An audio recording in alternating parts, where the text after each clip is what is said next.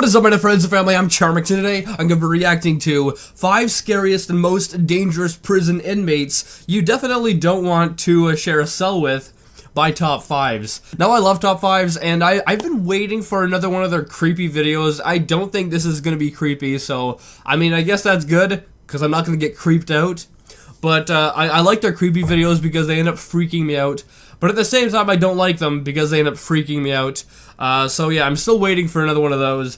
But this just came out recently, and a lot of people seem to like it. So hopefully it's going to be quite entertaining. And I'm pretty sure that it is going to be interesting just because if you're sharing a cell with someone, they obviously broke the law to get to where they are, right? So that would mean that the odds of them being, like, almost crazy is very high. So this should be quite interesting, but yeah, with that being said, the original link's in the description. Make sure you go subscribe to Top 5s, that link's also in the description, as well as they have a magazine if you're interested. And without any further ado, let's begin!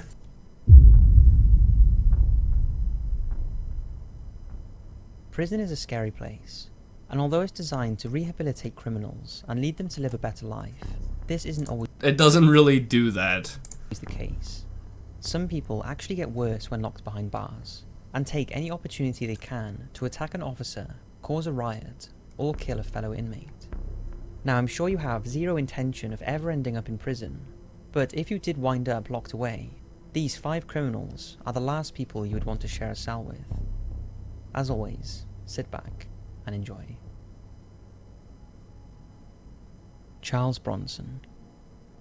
Michael Gordon Peterson was born on the 6th of December 1952 in Luton, England, and grew up to become Britain's most violent prisoner, who most will know by the name of Charles Bronson. Remarkably, despite spending most of his adult life in prison, Charles has never actually killed anyone, and the majority of his crimes have been committed while in prison. Bronson's first stretch of violence was in 1974, when aged just 22, he was sentenced to 7 years in Walton Jail Prison, where he began his reign of terror. What did he do to get him in there? What did he do? Are you not going to say it? He was soon in the punishment block for an unprovoked attack on 2 prisoners. So they didn't even say it! What got him in prison for 7 years to begin with? Because 7 years that's not a short amount of time. Which continued throughout his sentence, causing him to be moved between different prisons several times. It wasn't long before he gained a reputation as being a very challenging prisoner. Look at that who beard! Spent many months in solitary confinement. He could be a Viking. After a move to Wandsworth Prison, he attempted to poison a fellow inmate and dig his way out, and was transferred to Parkhurst High Security Prison on the Isle of Wight, where he befriended the notorious Cray twins. After a failed suicide attempt in 1978, he was moved to Broadmoor and then to Rampton Secure Hospital. However, Bronson could not accept the regime and company of highly dangerous and disturbed inmates, and after trying to strangle child sex murderer John White, he was transferred back to Broadmoor.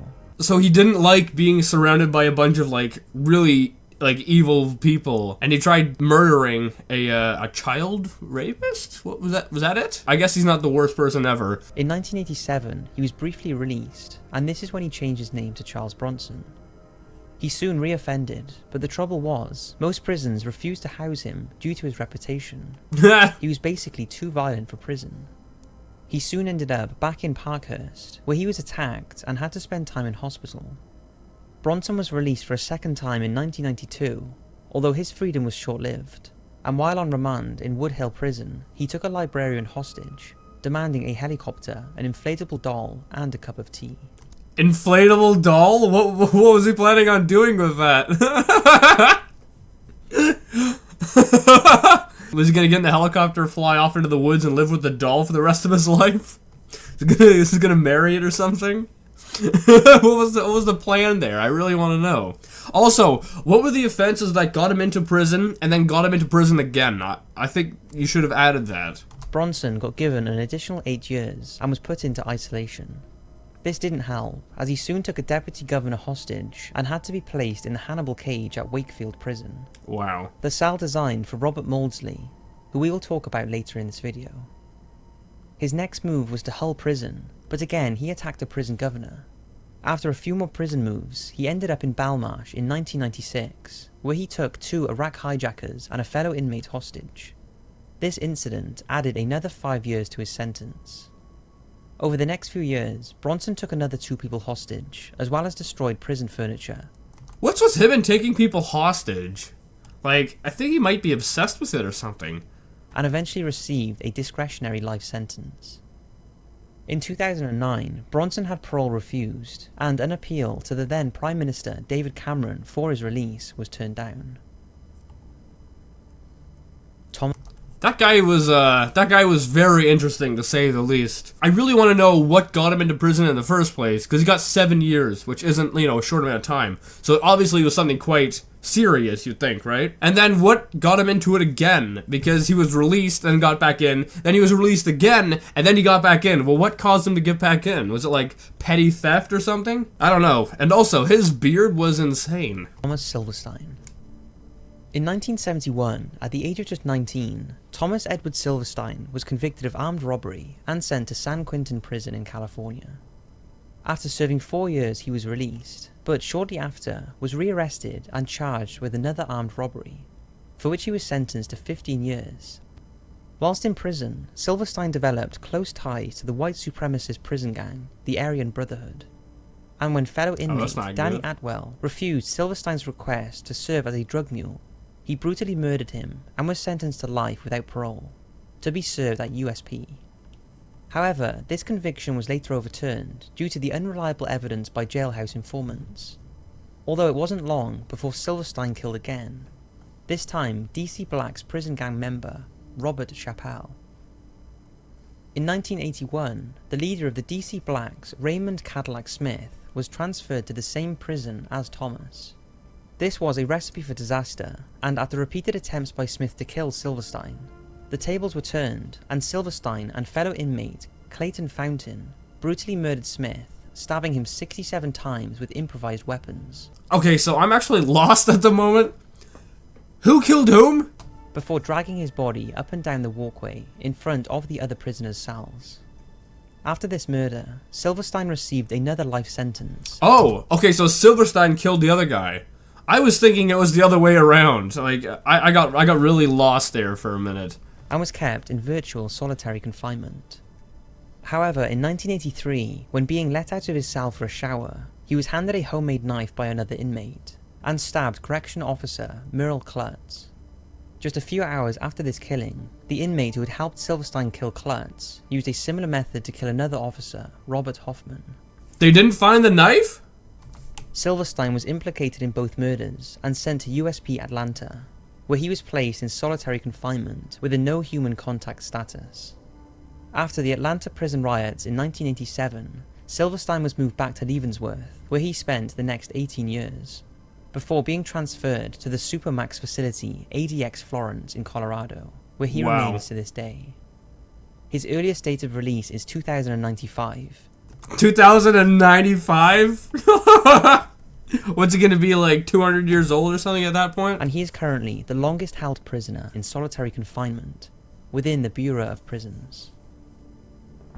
That one was crazy. Rebecca Butterfield.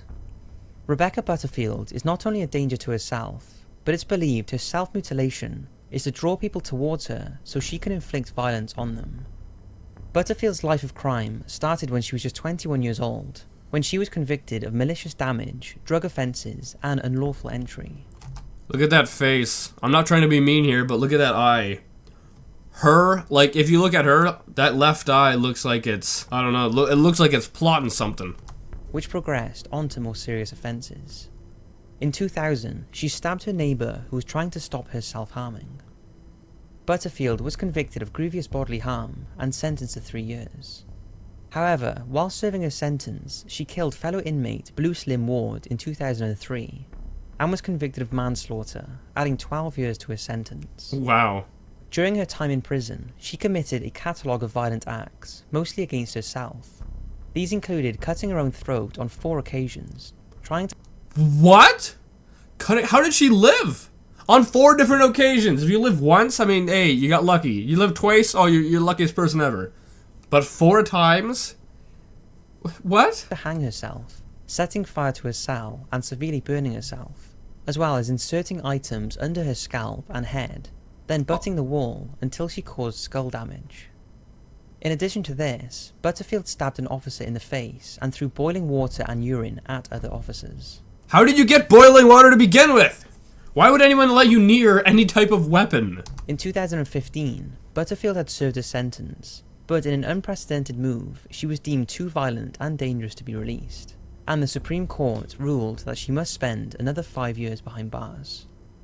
In summing up the reasons for this decision, or put her into a mental institution. I mean, by the way she's acting, you think something's wrong up there. Justice Stephen Rothman claimed an unsupervised Butterfield was a risk, and would more than likely commit a serious violent offence. He also noted that her suicide attempts were a deliberate and premeditated attempt to lure officers into her cell so she could attack them. It goes without saying, she does not share a cell with any other inmate. Butterfield, who is thought to be suffering from a combination of mental disorders, is currently held in Silverwater Women's Correctional Centre in Western Sydney, Australia, and she is considered New South Wales's most violent inmate. Why is she in a correctional institution when she should be in a mental institution? And she should be, like, drugged up or something, because something's not right up in her head, right? And, you know, keeping her in a prison where she is able to attack other people willy-nilly and whatnot, I mean, I don't think that's a good idea. She should be in a mental institution. John Mongrel.